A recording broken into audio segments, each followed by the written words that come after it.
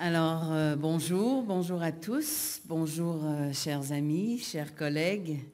Je n'ai pas besoin d'ajouter que je suis très touchée par cette conférence et quand les initiateurs de ce projet, Richard Ouellet, Véronique Guévremont et Charles-Emmanuel Côté, m'ont invité à participer à un comité scientifique, j'ai accepté et tout, jusqu'au mois de mai, où soudainement j'ai reçu le premier projet de programme.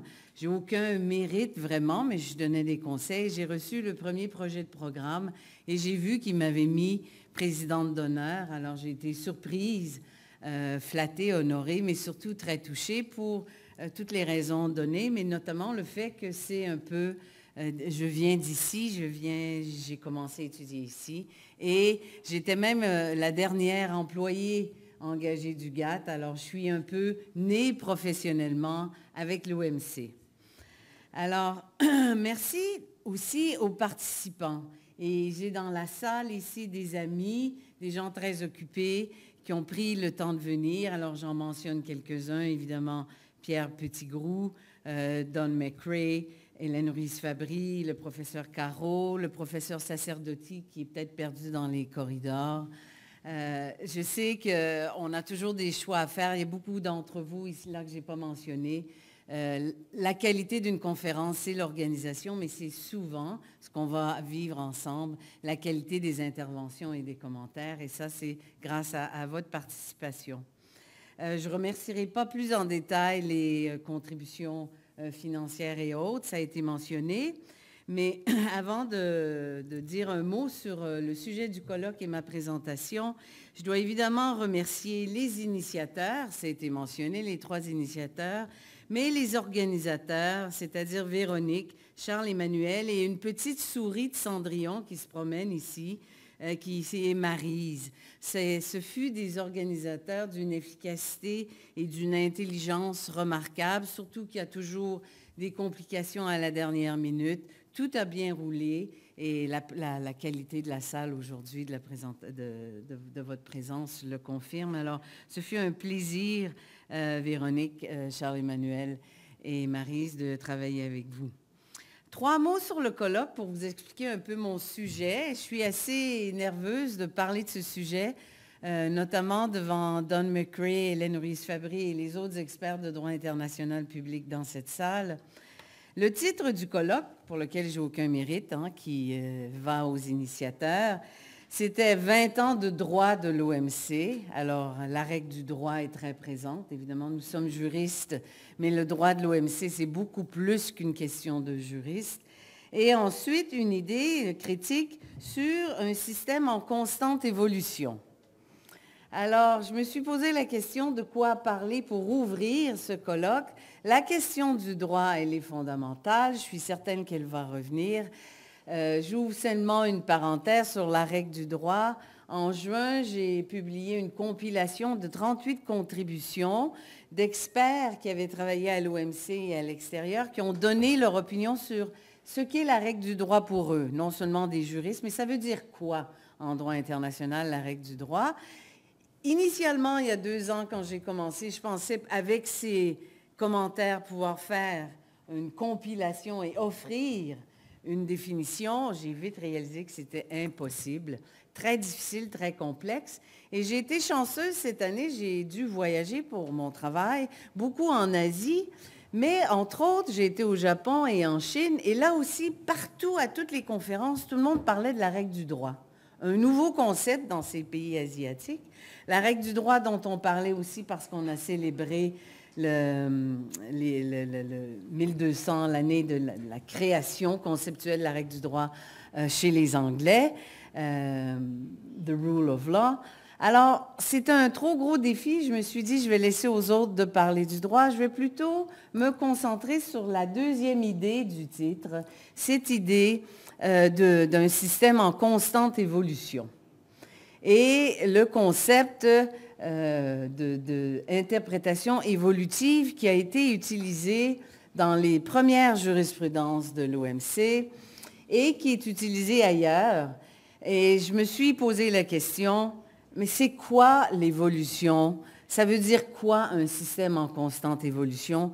Qu'est-ce que l'interprétation évolutive? Est-ce que ça ajoute quelque chose à l'interprétation basée sur les principes de base? En se rappelant qu'il s'agit d'une problématique qui est beaucoup plus que juridique, évidemment.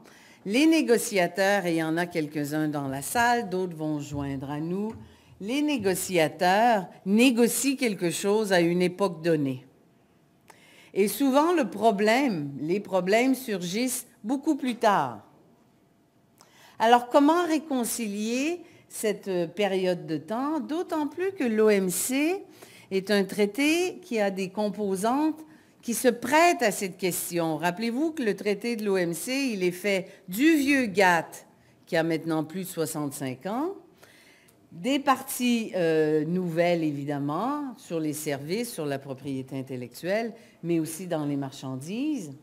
Et tout ça sous le chapeau d'un nouveau traité qui a un peu évolué. Il y a eu 1 ou 2 amendements qui n'ont pas vraiment abouti. Alors, je me suis dit, c'est une bonne question. Qu'est-ce que ça veut dire, l'évolution du système, l'évolution en droit? Comment peut-on respecter la règle du droit et l'évolution? Alors, j'étais contente de cette question. Je vais commencer ma présentation. Je dois vous avouer que plus j'approfondissais le sujet, plus je le trouvais difficile, moins j'avais de réponses. Et aujourd'hui, je vais terminer encore avec une question. C'est peut-être la preuve qu'il s'agit d'une question de recherche. Alors, ce que je pensais faire avec vous, c'est vous faire suivre un peu mon cheminement, ma réflexion, et j'espère que vous allez me donner les réponses à toutes ces questions. Alors, c'est un peu une conclusion que je mets au début, parce qu'on n'a pas tellement de temps. Il y a beaucoup de choses qui évoluent. Alors, après avoir réfléchi, je suggère 3 types de situations qui évoluent dans le contexte international. Alors, il y a les situations où les négociateurs ont choisi un terme générique qui veut lui-même évoluer. Et on va le voir, ceux qui connaissent l'OMC, par exemple, la moralité publique. Hein? Ça veut dire quoi il y a 60 ans? Ça veut dire quoi plus tard?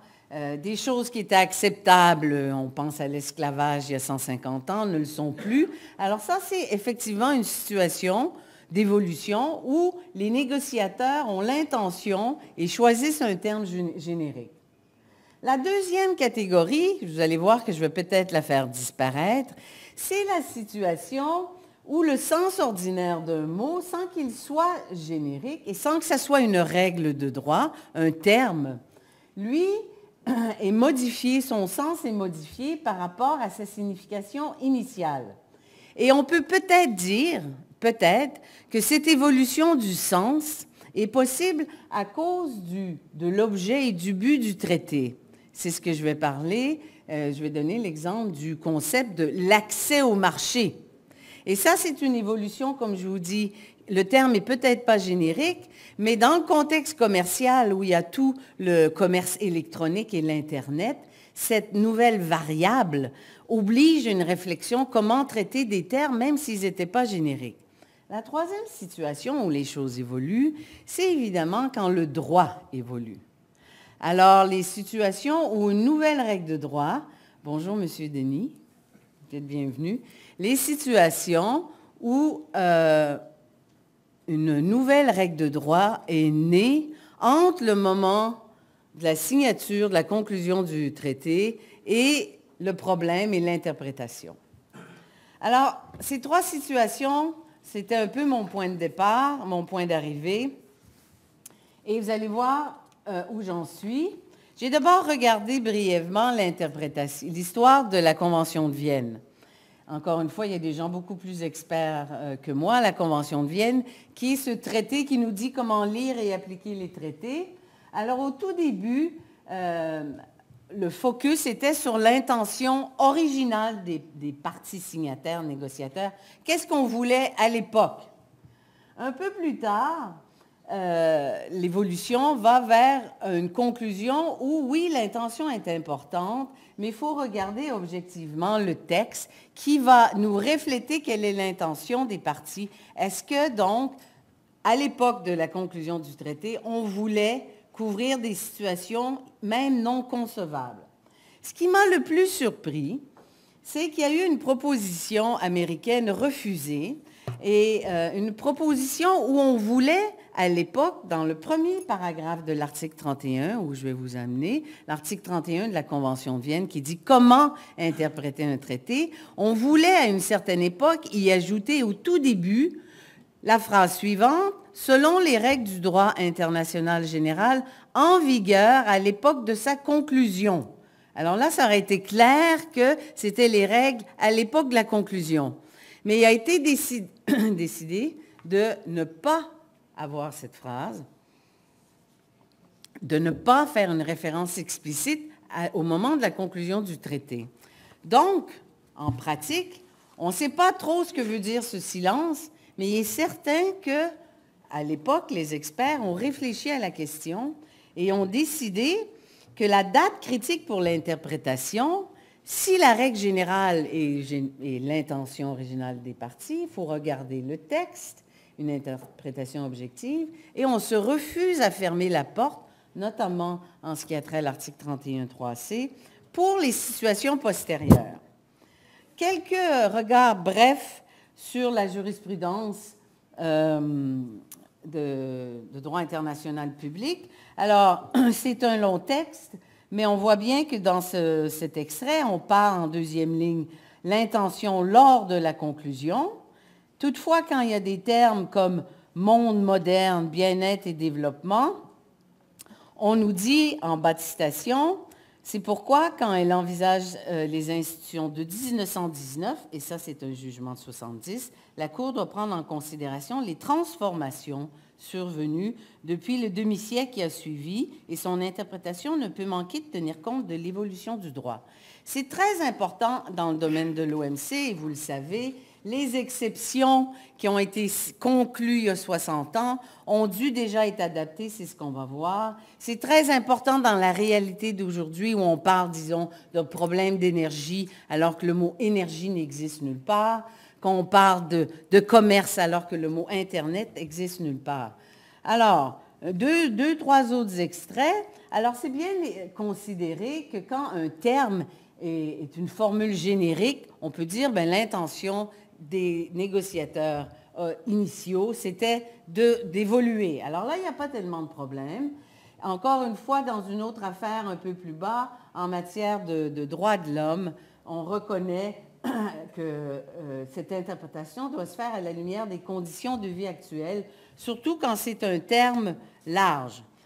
Une dernière affaire, qui est l'affaire Costa Rica-Nicaragua, où est-ce qu'on fait un bon résumé, je pense, qu'il est vrai que les termes employés doivent être interprétés sur la base d'une recherche de l'intention des parties contemporaines à la conclusion du traité. Mais, et là on continue, évidemment, il y a des termes, il y a des situations où le terme a un sens ou un contenu évolutif et on doit en tenir compte. Bon.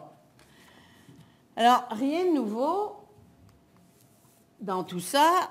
Avant de passer à l'OMC, en quelques mots, je vous ramène à l'article 31 de la Convention de Vienne. Et c'est là où moi, personnellement, je me suis mise à me dire que je m'étais probablement trompée.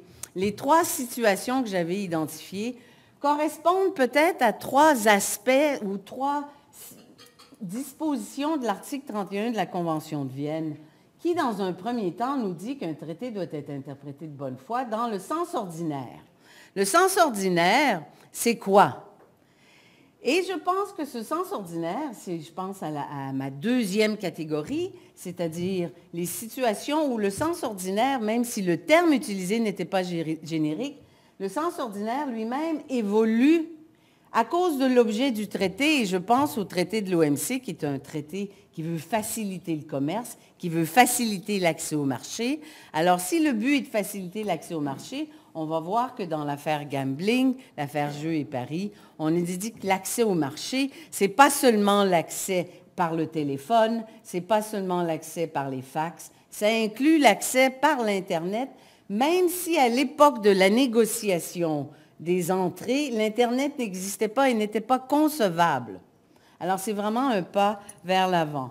Il y a évidemment au paragraphe 3 situations qui s'éloignent de la conclusion du traité. Alors, quand il y a un accord ultérieur, mais ça c'est évident, quand il y a une pratique ultérieure à la conclusion du traité, et troisièmement, toute règle pertinente de droit international applicable dans les relations entre les parties, ce qui a été invoqué à quelques reprises dans le droit de l'OMC et qui a aidé finalement les panélistes et l'organe d'appel à lire le traité de l'OMC en cohérence avec la réalité internationale économique actuelle. Alors, la première fois que ce terme apparaît, évolution interprétative, c'était pour définir l'expression ressources naturelles épuisables. Et l'organe d'appel nous dit tout de suite que ce sont des termes qui ne sont pas statiques, mais par définition évolutifs. Ils ne disent pas génériques. Dans l'affaire précédente, juste avant, Essence, on n'utilise pas le mot interprétation évolutive, on ne parle pas d'évolution comme telle, mais on le fait. On dit qu'une ressource naturelle épuisable, ça inclut l'air pur. Je ne sais pas si à 60 ans, on s'imaginait que l'air pur serait une ressource naturelle épuisable, mais ici, à l'OMC, on le fait. Dans une autre affaire après, audiovisuelle, entre les États-Unis et la Chine, bonjour André Jolicoeur, dans l'affaire audiovisuelle, là, il s'agissait d'interpréter enregistrement sonore et distribution, et on l'a fait en ayant une lecture, encore une fois, contemporaine de termes pour des concepts qui n'existaient pas à l'époque. Et moi, c'est ce qui me tracassait le plus. Comment peut-on réconcilier la règle du droit, l'intention des États, qui est suprême, et le fait que des choses évoluent dans la société? Est-ce qu'on peut présumer que les États qui négociaient ou leurs négociateurs savaient que les choses allaient changer ou négociaient des dispositions de l'OMC en devinant ou en présumant que l'Internet allait apparaître? Ou est-ce plutôt, et c'est un peu là vers là que je m'en vais, ou est-ce plutôt que la bonne foi des États et des négociateurs implique qu'on doit présumer qu'ils savaient que si les choses évoluaient, l'intention et le but du traité pourraient récupérer les nouvelles définitions? Alors, j'ai essayé de regrouper pour conclure un peu mes trois catégories que je vais contester à la fin. Alors, une interprétation basée sur des termes génériques. On a eu l'affaire sur les produits de technologie, où l'Europe s'est fait dire, même si les nouveaux photocopieurs et les nouveaux appareils électroniques pour lesquels l'Europe refusait de donner un tarif zéro, on lui a dit qu'elle devait le faire parce que ça faisait partie d'instruments de technologie couverts par les termes génériques plus larges. Même chose pour gambling, comme je vous ai dit. Là, on a dit que la moralité publique était un concept générique. Dans gambling, et c'est ce qui se passe, c'est que très souvent, je réalisais qu'une même situation couvre 2, 3 aspects de mes catégories. Et comme toute catégorie un peu intellectuelle, elles ne sont peut-être pas toujours adaptées à la réalité. Mais ici, vous voyez cette deuxième catégorie où on parle de l'objet du traité et de la neutralité technologique quand les négociateurs de l'accord sur les services ont négocié des entrées, des ouvertures de marché par tous les modes de distribution qui existaient à l'époque, téléphone, photocopieur, fax. Ils voulaient donc couvrir tous ces modes de distribution et donc, conclut le panel et le groupe d'appel, l'organe d'appel, on doit y inclure maintenant tous les nouveaux modes d'accès au marché, incluant l'Internet. Et ça, c'était une révolution assez importante si vous pensez aux services financiers, tout ce qui peut entrer et peut se faire par l'Internet. Une dernière citation dont j'ai parlé, l'affaire Crevette. Bon, alors, l'organe d'appel a un peu 3 fronts. Ils nous disent, ressources épuisables, c'est pas statique. Ressources épuisables, en plus, et là, ils se servent de 31.3c, ils regardent d'autres conventions internationales en vigueur depuis la conclusion du traité, qui réfèrent et définissent ressources naturelles pour inclure le vivant et le non-vivant. Et sur la base de ces conventions, ils disent le concept a donc évolué. Alors, mon dernier extrait, un peu différent, c'est la référence aux règles de preuve qui existent devant les autres tribunaux internationaux. Règles de preuve spécifiques, fardeau de la preuve. Vous savez que dans les règles de procédure de l'OMC, il n'y a pas de règles de preuve.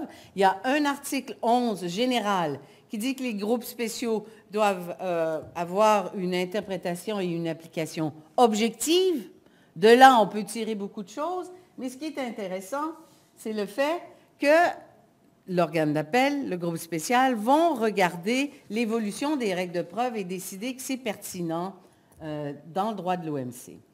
Ma conclusion, c'est que je n'ai pas encore tout à fait réconcilié et compris comment on peut parler de la règle du droit, de l'intention initiale et originale des négociateurs et du fait qu'on doit tenir compte de certaines évolutions. Clairement, quand un terme générique est utilisé, à mon avis, il n'y a pas de problème. Terme générique, les négociateurs voulaient que les choses évoluent. Les choses deviennent plus compliquées dans les deux autres cas de figure, mais le deuxième cas de figure, je me suis réconciliée avec l'idée que l'objet et le but du traité peut autoriser souvent à donner un sens nouveau, un sens ordinaire, l'article 31 parle bien du sens ordinaire, à des termes qui ne sont pas génériques et un sens nouveau même pour couvrir des situations non prévues. Et le cas classique, c'est tout ce qui est commerce électronique. Finalement, la troisième situation, qui est celle de l'article 31.3c, où on doit tenir compte du droit applicable entre les parties. Et je ne veux pas du tout ici entrer dans le débat de qui sont ces parties. Est-ce que ce sont les parties au litige ou les parties au traité? Mais si une nouvelle règle de droit existe entre la conclusion du traité et le problème, à date, on en a tenu compte. Qui sont les parties est excessivement pertinent. Je ne vais pas dire excessivement, mais très pertinent parce que plus les parties devront être nombreuses, moins il y aura de nouveaux droits applicables pertinents. Et la réponse n'est pas tout à fait claire, quoique dans les affaires Boeing-Airbus, il y a un bon élément de réponse qui a été donné. Alors, pour terminer, et ça c'est peut-être une parenthèse, je dois être prudente parce qu'évidemment je parle à ma qualité personnelle et non pas pour l'OMC. Dans l'affaire Crevette, quand on a parlé de l'interprétation évolutive, ça a été une bombe parmi les membres de l'OMC, une révolution dans les corridors. C'est quoi l'interprétation évolutive? Et évidemment, les négociateurs et les pays ont eu peur puisque leur autorité était remise en cause. Et on a parlé d'évolution statique et tout. À mon avis, je pense que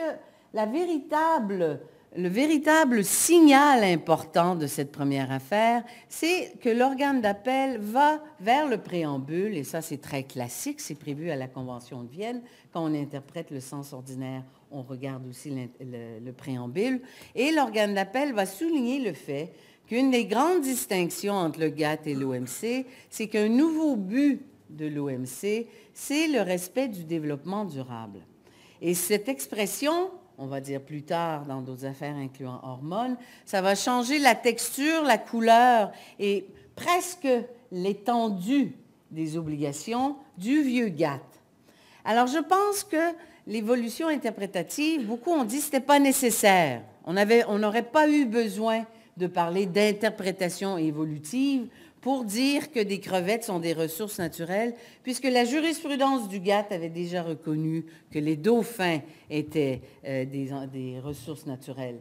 Toutefois, politiquement, et je parle d'une politique juridique, là, c'était important pour l'organe d'appel de faire la différence, je pense, entre le vieux GATT et l'OMC, qui ont beaucoup de textes similaires, mais ça a donné tout un nouvel angle aux exceptions, notamment l'importance de l'environnement, l'importance de la religion dans le commerce, et la référence au préambule, au développement durable, a justifié, si vous voulez, une interprétation évolutive, parce qu'à mon avis, le terme n'était pas générique.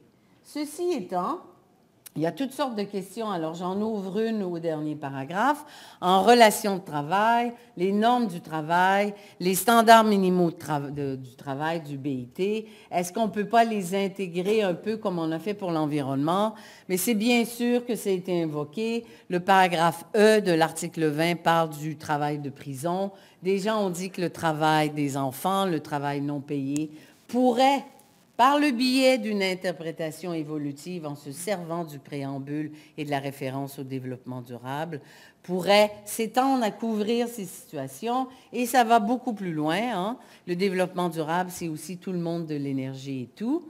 Ceci étant, la tension, et c'est ma conclusion, la tension perceptible lors de la rédaction initiale de la Convention de Vienne, c'était assez, quand on lit les extraits, vivace. Est-ce qu'on se limite à l'époque de la conclusion? Non, oui, il y avait des batailles, des discussions. La conclusion, c'était d'effacer toute référence, mais c'est quand même pas clair. Alors malheureusement, j'ai pu identifier des besoins, j'ai pu identifier des efforts du juge OMC pour adapter des parties, surtout les plus vieilles de son texte, à la réalité d'aujourd'hui. C'est un dilemme de tous les négociateurs, mais malheureusement, je n'ai pas eu de solution cartésienne à vous offrir, puisque mes trois catégories, très souvent, s'entrecroisent et se complètent.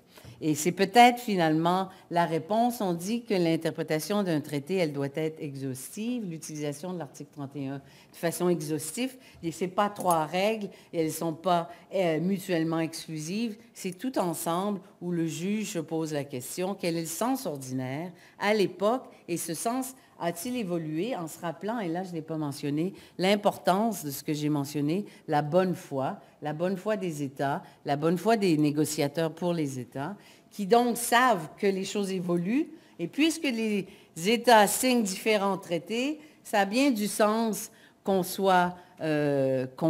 interprète le tout de façon le plus cohérent possible. Alors sur ce, c'est un peu la façon dont j'allais conclure. C'est un peu décevant parce que je n'ai pas de réponse. Mais je suis certaine que beaucoup d'entre vous ont des commentaires. J'espère que vous êtes peut-être pas d'accord, peut-être d'accord, et que vous allez compléter surtout mes interrogations. Merci.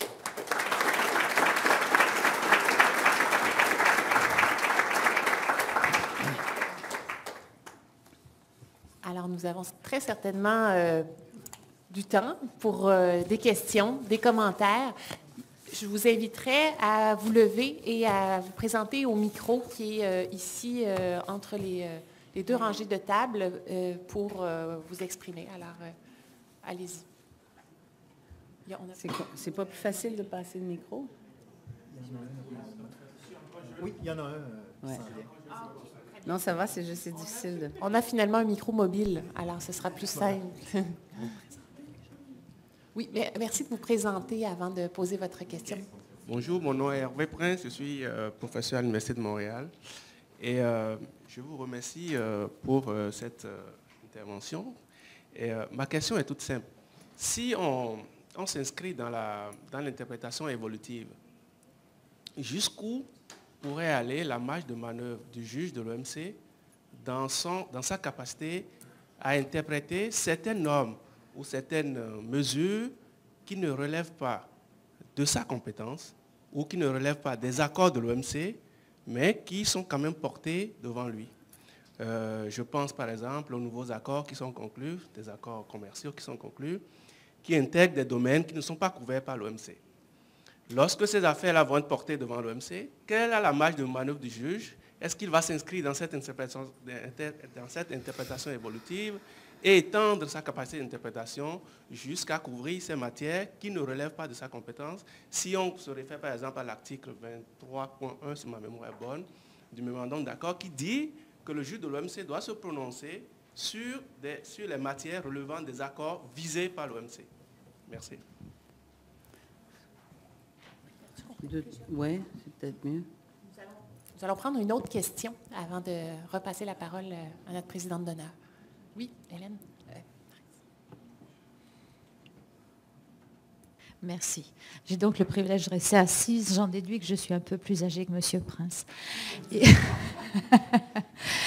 Bien. J'avais plutôt un commentaire qui est une demi-question.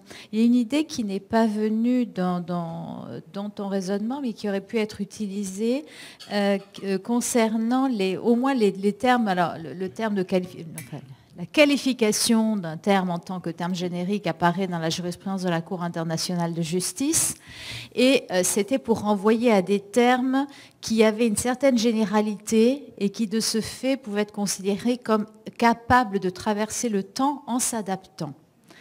Et c'est bien l'idée sur laquelle joue la Cour internationale de justice pour justifier son utilisation de l'interprétation évolutive. L'idée que les négociateurs, en employant ces mots, n'ont pas pu ne pas savoir que ces mots traverseraient le temps et en traversant le temps bougeraient.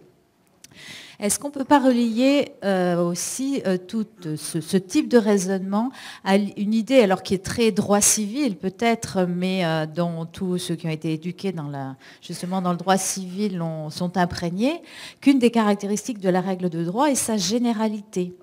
Et que par définition, puisqu'une règle est générale, elle est appelée à couvrir des situations que l'on n'a pas expressément envisagées au moment où on l'a élaborée. Donc il y a cette caractéristique de généralité qui peut aussi jouer comme une justification pour encapsuler des situations nouvelles. Et la raison pour laquelle on prétend aussi qu'une règle doit avoir cette caractéristique de généralité, c'est parce que précisément ça lui permet de durer. Si celui qui élabore une règle veut qu'elle dure, il faut que cette règle soit capable de s'étendre à des situations nouvelles ou qui n'ont pas été conçues au moment où la règle a été élaborée. Donc, je crois qu'on peut essayer de réconcilier ces différents aspects. Si on ne veut pas que la règle puisse évoluer, enfin, je veux dire, quand on rend une règle générale, on inclut la présupposition que c'est pour qu'elle puisse évoluer de façon à s'appliquer à des situations qui n'ont pas été exactement conçues au moment où elle a été élaborée. C'est en quelque sorte un jeu dialectique qui serait intrinsèque à la fabrication de la règle de droit. Alors je suis bien consciente que ça n'est qu'un raisonnement parmi d'autres, mais il me semble que ça peut être tout à fait relié à tout ce que tu as dit et ce que tu as dit aussi concernant les principes généraux du droit. Alors là, je vais venir avec une question, quelque chose qui m'a plus interrogée. Je me suis demandé pourquoi tu avais relié l'adoption par l'organe d'appel des règles de preuve, principe général selon laquelle la preuve incombe à celui qui avance un fait, enfin, celui qui avance un fait a la charge de le prouver, que je voyais rattaché aux principes généraux du droit, qui est quand même en privé, je rappelle le joker du juge, c'est-à-dire le principe, la règle de droit qu'il peut dégainer selon ses besoins. Pourquoi l'as-tu rattaché au 31.3c ? Je me suis interrogée sur cette motivation qui transforme un outil d'une très grande plasticité, catégorie de principe non écrit qu'on peut tout simplement appliquer.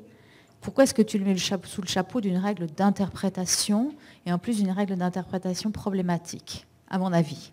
Donc là c'est la question. Voilà, merci. Alors, je vais peut-être répondre. Est-ce qu'il n'y a pas un risque à cette interprétation évolutive? Alors, on sait tous que les négociateurs négocient des termes et s'entendent et que les choses évoluent. D'abord, tous les nouveaux accords dont on entend parler, accords régionaux, c'est pas clair que le juge OMC va les interpréter. Parce que le juge OMC, il doit interpréter les dispositions de l'OMC et pas les accords régionaux qui sont autorisés, mais ils pourraient effectivement venir. Là où je suis d'accord avec vous, c'est qu'il y a des exceptions qui sont mentionnées. Alors, un pays peut donner la priorité à l'environnement, à la religion, Et quand l'OMC a été négocié, ces dispositions du GATT n'étaient jamais invoquées. Alors que maintenant, c'est 50% des litiges, les pays invoquent toutes sortes d'exceptions. Encore récemment, l'Europe interdit les fourrures de phoque et invoque la moralité publique. Bon. Est-ce que ce n'est pas avoir trop donné de pouvoir au juge de l'OMC? Il faudrait demander aux négociateurs de l'époque. C'est effectivement... Et ça crée beaucoup de tensions, puisque les autres systèmes de droit n'ont pas un tribunal comme l'OMC, que ce soit l'environnement ou les droits de l'homme, mais que dès que le commerce est affecté et que le pays qui met une restriction invoque une exception, je le fais pour moralité publique, pour l'environnement, pour la santé, c'est le juge OMC, vous l'avez souligné, qui a l'autorité exclusive de décider si le pays qui restreint le commerce a droit de le faire compte tenu des vieilles exceptions du GATT, qui ont 60 ans, qui n'ont pas été touchés par le négociateur OMC. Et là, il y a la cour d'appel, l'organe d'appel, qui leur donne, selon certains, une dimension extrême. Est-ce que ça peut aller trop loin? Ben moi, je crois au système de règlement des différends, et je ne pense pas que ça va trop loin, mais je pense qu'il y a effectivement un grand besoin d'approfondir cette question de l'évolution. Et c'est un travail que j'ai commencé, que je veux pousser à l'OMC. C'est le pourquoi de ma présentation aujourd'hui, parce que ces questions viennent de plus en plus, et des pays pauvres et des pays riches. Les pays pauvres qui sont surpris que l'exception de l'environnement puisse aussi facilement, disent-ils, être invoquée. Eux-mêmes l'invoquent. Rappelez-vous, dans les grands litiges contre la Chine qui refuse que ses ressources naturelles sortent, des nouveaux problèmes, que fait la Chine? Elle invoque l'exception de l'environnement, de la santé. Tous les pays riches sont surpris. Alors, il faut absolument qu'on réfléchisse mieux à cette problématique. Maintenant, le commentaire, la question d'Hélène Ruiz-Fabry. Alors, je suis tout à fait d'accord sur le concept de termes généraux. Pour moi, il y a une différence entre un traité qui dit, disons, je prends un engagement pour les produits agricoles, et le concept de produits agricoles évolue, puis on peut même avoir de nouveaux produits agricoles qu'on n'avait pas avant. Alors pour moi, ça c'est un terme, un concept qui évolue. C'est différent de la situation où il y a une règle de droit qui évolue. Je suis d'accord que la généralité peut être et sur le terme et sur la règle, mais je pensais, et j'ai peut-être tort, que quand le droit évolue, c'est quand même différent de quand un terme, sa signification ordinaire évolue. Et je me suis posé la question, est-ce qu'on devrait l'interpréter, est-ce que c'est différent? Comme je vous ai dit, j'ai commencé avec des questions, je termine avec une question. Je pensais que quand le droit évolue, c'est une situation différente de quand un terme général est utilisé, ou est-ce que le terme accès au marché est un terme général? Peut-être que oui. Alors là, il n'y a pas de problème pour y inclure l'Internet. Quant à la dernière réponse, c'est encore le résultat un peu de travaux informels qui se font un peu au service juridique. On essaie de réfléchir. Que veut dire 31.3c qui dit qu'on doit, dans l'interprétation, se servir de toute règle applicable entre les parties? Est-ce que ça couvre que le droit substantif? Je pense que non. Ça couvre les principes de droit de procédure. Et la façon dont on peut l'utiliser, mais je vois que tu n'es pas d'accord, c'est de dire que l'article 11 qui impose l'objectivité peut être interprété en tenant compte de l'évolution procédurale des règles sur la charge de la preuve, pour signifier qu'un juge objectif est un juge qui tient compte des règles de la charge de la preuve qui existent dans tous les tribunaux de common law et droit civil. Alors, je suis passée par l'interprétation, mais peut-être, enfin, c'est toujours la même chose. Est-ce qu'on doit avoir une analyse différente quand on regarde le droit qui évolue, et les États ont consenti expressément à l'évolution du droit, coutumier ou de traité, et un terme dont la signification évolue à cause de l'évolution sociale ou autre? Nous aurions certainement le temps pour une ou deux petites questions. Alors, M. Petitgros.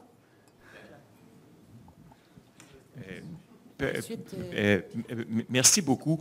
Est-ce qu'au fond, le défi de l'OMC, notamment par rapport à toute cette question du droit évolutif, après 20 ans, on constate qu'on essaie de faire régler à l'OMC, à peu près tous les pays membres, tous les problèmes de la planète parce que les autres organisations internationales n'ont pas été capables de développer des mécanismes de règlement des différends, que ce soit au Bureau international du travail, que ce soit dans le domaine de l'environnement.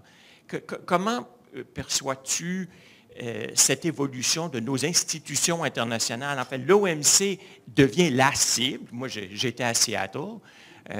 J'aurai peut-être l'occasion d'en parler samedi matin à la fin de notre colloque, mais au fond, est-ce que ce n'est pas la faiblesse des autres organisations internationales qui complique drôlement la vie du système de l'OMC? J'ai vu deux autres mains, oui. Ouais. Maître Collard et ensuite Pierre Sauvé. La différence, le débat entre textuel ou l'intention des partis, c'est aussi la grande opposition entre les civilistes et les common law. Et parmi les différents voyages que tu peux avoir le plaisir d'avoir, tu as rencontré des Chinois, des Russes, des gens d'un peu partout. Où est-ce qu'ils se positionnent dans ce débat-là? Puis est-ce qu'on peut faire aussi un lien entre celui qui contrôle l'organe de règlement des différends, va faire confiance à cet organe et va dire « Oui, j'accepte une interprétation évolutive, parce que je sais que c'est des bons juges, puis ils vont bien comprendre. » Et celui qui ne contrôle pas l'organe de règlement des différends va dire « Wow, wow, wow, je ne veux pas leur donner un mandat aussi large et j'aimerais mieux qu'il soit textuel. » Merci. Ici à l'avant, je passe la parole à Pierre Sauvé. Merci, Gabriel. Je voulais te poser une question parce que je ne suis pas sûr d'avoir tout à fait compris ton propos concernant la neutralité technologique. Ce qui me paraît un non-sens. Ce jugement me paraît parmi les plus faibles que l'OMC ait produit, à telle enseigne que les États-Unis refusent de se soumettre à ce jugement. La neutralité technologique, tu l'as décrite comme une avancée significative, si je me souviens bien de tes mots. Ça me paraît plutôt un exemple d'activisme juridique excessif de la part du panel. Ce concept n'existait pas. La technologie en cause était suffisamment conséquente pour que ça devienne presque un nouveau mode de prestation en soi. On le voit bien parce que l'OMC, ensuite, les membres ont créé un groupe de travail sur le commerce électronique. Et en adoptant ce concept, tout d'un coup, on dit aux États-Unis et à tous les membres de l'OMC, by the way, vous avez souscrit des engagements en matière de commerce électronique dans tous vos engagements transfrontières. Même si, au moment de souscrire l'engagement, cette forme de commerce n'existe pas. Donc, pourquoi est-ce que les États-Unis devraient accepter ce jugement? Et je comprends parfaitement et j'approuve le fait de ne pas se mettre en conformité avec ce jugement. Donc, moi, je ne vois pas ça du tout comme une évolution significative. Je vois ça comme peut-être un exemple de judicial activism, excessive judicial activism. Est-ce que je réponds? Oui. On prend la dernière. On peut prendre une autre question si tu préfères. Ah ouais? Non, on peut. Le monsieur là. Ouais. Il est avant. Lui. Thank you. My name is Ramesh Karki. My question is a little bit, I'm not sure how to put this question. The topic is very interesting, the evolution of WTO legal system, very impressive, and it compels us to think. My question is, where does it go? How far it will go? Can we invoke WTO provisions in domestic courts? And can we imagine that development as an evolution of WTO legal system? Thank you.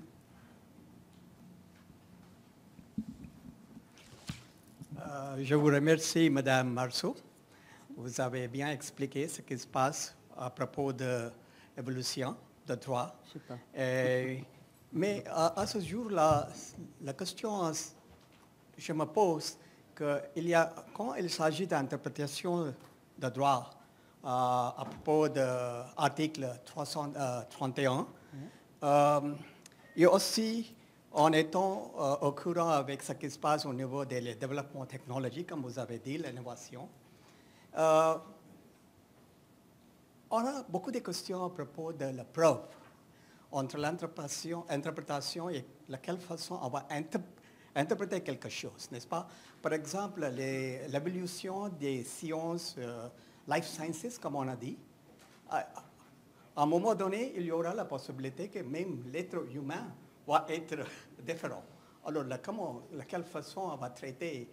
On a dit que voilà, à l'époque, il n'avait pas de technologie, mais aujourd'hui, chaque jour, il y a des évolutions. Comme on a parlé de développement soutenable.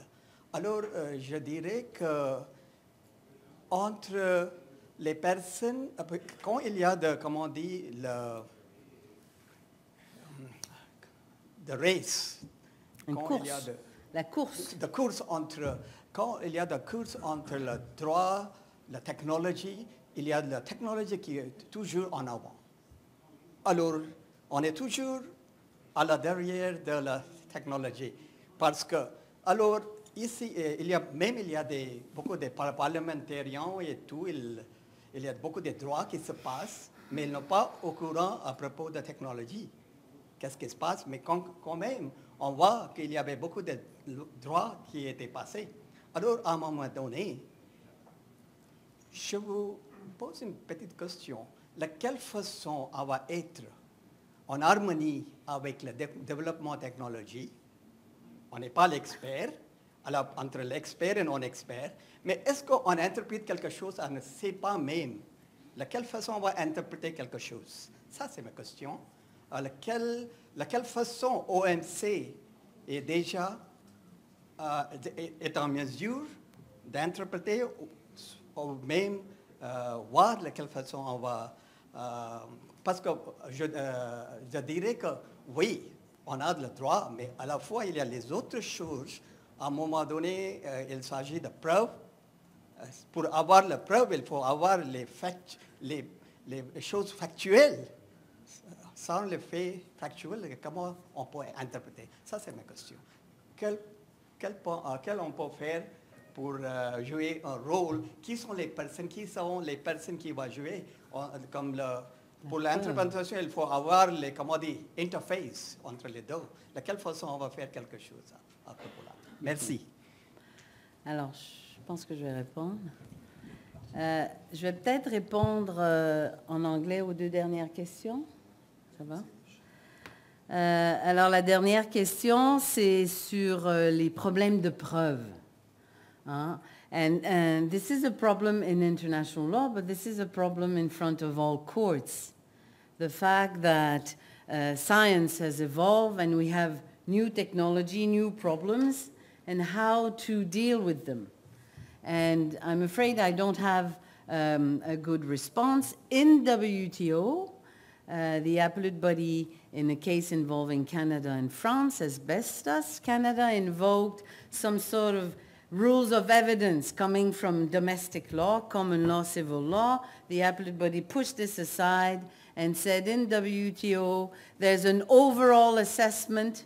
The facts are in the hands of the panel and the law, the appellate body, and that's it.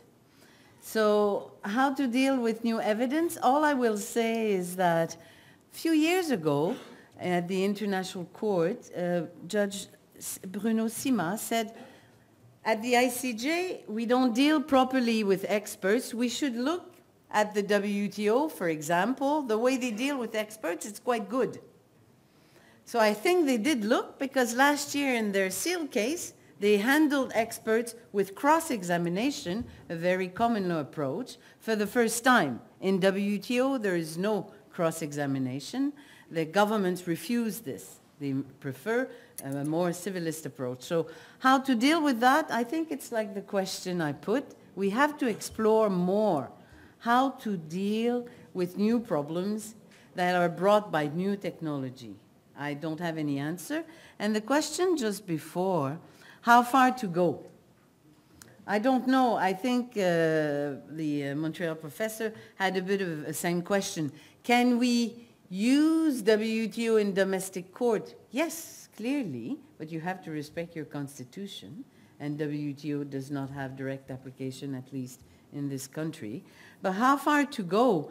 I don't know. It's a big, big problem, and I see, like, for instance, in the room, Pierre Petitgrou or Germain Denis, they were there, or they have at different occasions, maybe others from the room, negotiated things, and after, sometimes they become panelists on a dispute or a judge, and it's a totally different role. And very often, and this takes me to the comment by Pierre Sauvé, la question de l'Internet, des services Internet, effectivement, les Américains, ils se font poursuivre et on leur dit, vous avez pris des engagements pour Jeux et paris, gambling, malgré que ce soit seulement physique, maintenant, tout est couvert l'Internet. Et ils ont hurlé à mourir pour dire, c'est impossible qu'on ait donné tous ces engagements parce qu'en plus, nous, les Américains, c'est interdit par, si je ne me trompe pas, 9 constitutions d'État, 111 lois interdisent le gambling et de façon indirecte le gambling, sûrement par Internet parce que les enfants pourraient le faire. Puis c'est impossible qu'on ait pu prendre cet engagement. Et Pierre, tu as bien raison, la neutralité technologique, elle n'était pas écrite nulle part. Le panel en parle parce qu'on en aurait parlé dans les corridors. Est-ce que ça a été trop loin? Peut-être. C'est justement la raison pour laquelle je posais la question. C'est pris pour acquis maintenant et j'ai parlé des services financiers. J'espère que vous réalisez l'impact d'un engagement où certains disent, oui, j'accepte que les banques s'installent chez moi, 2, 3, 4 banques, et l'étape postérieure, supérieure, où là, tous les services Internet parallèles sont inclus. Est-ce qu'on a été trop loin? Peut-être. C'est le but, comme je disais, de ma présentation. Et pour répondre à Pierre Petitgrou, je pense que oui. C'est un peu un autre aspect, mais tout le monde dit la même chose. Est-ce qu'on n'a pas été trop loin? Comment contrôler? Quoi faire? C'est la question que je vous pose aujourd'hui. Effectivement, un des problèmes de légitimité de l'OMC, c'est justement la puissance de son système de règlement des différends. Souvent, les gens disent comment les Américains ont pu accepter ça. Je pense qu'ils n'ont pas vu ce que ça impliquait. Mais peu importe, il est là. Et le gros problème qu'on a maintenant, où le commerce est toujours en interaction avec d'autres valeurs, et là, il y a d'autres présentations, je ne veux pas empiéter, le commerce et l'environnement, les droits de l'homme, et maintenant, c'est journalier. La difficulté, comme le dit Pierre Petitgrou, c'est justement ça. On parle beaucoup des normes de travail. Est-ce qu'on peut refuser des importations d'un pays qui ne respecte pas les normes de travail minimales? Possiblement que les vieilles règles du GATT, les vieilles exceptions peuvent être invoquées. Mais effectivement, ça veut dire quoi? C'est le juge OMC qui va toujours décider puisque c'est le seul juge qui est obligatoire. Et il y a quelques années, les Français ont proposé que chaque fois qu'il y a une question un peu avec des implications sociales, le juge OMC soit obligé de consulter le BIT. Bon, alors, ils nous ont demandé une opinion juridique. On a dit oui, mais ils vont consulter qui au BIT? Ils n'ont pas de système de règlement des différends. Ça va être tous les membres, puis ils vont être divisés. Alors, effectivement, le système de l'OMC est le seul où une tierce partie décide, tu as raison, tu as tort, que tu sois les États-Unis ou la Chine, le juge est au-dessus. Et je termine avec le commentaire de Bernard Collat. Oui, il y a une différence droit civil comme là, dans l'interprétation et tout ça. Mais effectivement, ce qui était curieux en Chine, et c'était de bonne foi, c'est une conférence sur l'organe d'appel, le doyen de la faculté dit « Le Parti communiste a décidé que la règle de droit allait maintenant s'imposer. » Alors qu'on sait très bien que le principe même de la règle de droit, c'est qu'il devrait être au-dessus du Parti communiste. La règle de droit, elle flotte au-dessus du roi, nous ont dit les Anglais en 1200. Alors, je ne sais pas, je vous ai lancé la question parce que l'évolution technologique, elle est très importante dans le domaine commercial et que l'évolution du droit, ça, ce n'est pas juste dans le domaine commercial et je pensais que c'était des choses différentes. Je pense qu'il faut absolument continuer à réfléchir à ces questions et je vous remercie des commentaires. J'ai appris de vos réponses et puis on va continuer à essayer de mieux comprendre cette problématique. Merci.